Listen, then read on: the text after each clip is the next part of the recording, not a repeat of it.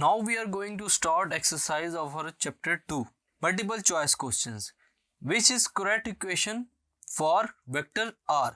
इनमें से vector r के लिए correct equation कौन सी है? The correct option is point B. r is equal to q minus p is authentic and correct for r. यानी कि जो हमारा रिजल्टेंट है वो किसके इक्वल होगा? q minus p. Which of the following represents a vector and a scalar respectively? के यहाँ पे जो वेक्टर और स्केलर दोनों को कैसे रिप्रेजेंट कर रहा है? तो इसका जो स्टूडेंट्स करेक्ट ऑप्शन है वो है हमारे पास option C. Force and power both are vector and scalar. For which angle equation a dot b is equal to a cross b is correct? किस एंगल के लिए ये दोनों इक्वेशंस करेक्ट हैं स्टूडेंट्स? ऑप्शन बी के लिए जो हमारे पास इक्वेशन करेक्ट करेगा a डॉट बी और a क्रॉस b को, वो है angle 45 degree.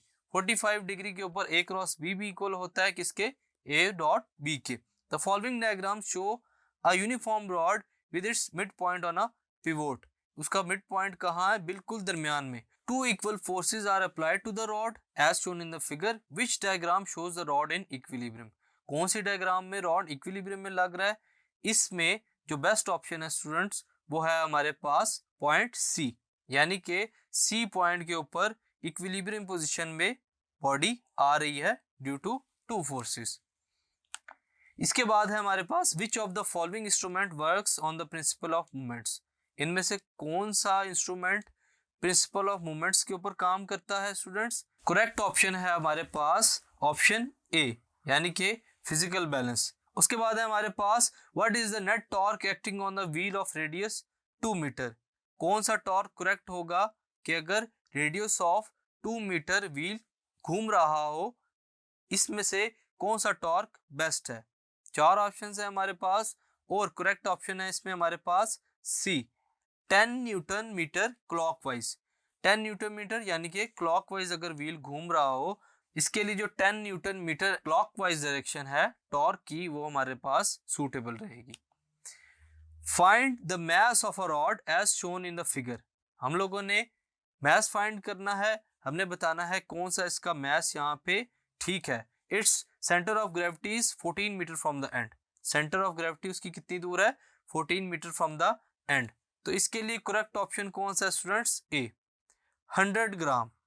100 gram will be the mass of the rod. The diagram shows 4 forces applied to a circular object. 4 forces apply की गई हैं किसको स्टूडेंट्स? सर्कुलर ऑब्जेक्ट को. Which of the following describes the resultant force and resultant torque on the object. Resultant force कहाँ है और resultant torque कहाँ पे है, हम लोगों ने ये बताना है. तो हमारे पास जो 4 ऑप्शन है स्टूडेंट्स, उसमें से हमारे पास जो करेक्ट ऑप्शन है वो है ऑप्शन ए, नॉन जीरो. यानी कि रिजल्टेंट फोर्स भी यहाँ पर नॉन जीरो होगी और रिजल्टेंट टॉर्क भी यहाँ पे हमारे पास नॉन जीरो ही रहेगा. उसके बाद है what is the angle between A and B for which a plus B is equal to a minus B. इनमें से कौन सा ऑप्शन करेक्ट है जिसमें a प्लस बी इक्वल हो a माइनस बी के? तो स्टूडेंट जो करेक्ट ऑप्शन है हमारे पास वो है 90 डिग्री. 90 डिग्री को लेकर हमारे पास एडिशन और सब्ट्रैक्शन जो है वो इक्वल रहेगी. The sum of magnitudes of two forces is 16 newton. If the resultant force is 8 newton and its direction is perpendicular to minimum force. इसकी अगर डायरेक्शन परपेंडिकुलर हो कम से कम फोर्स के, तो हमारे पास फोर्स जो है उसके सम का मैग्नीट्यूड किसके इक्वल होगा?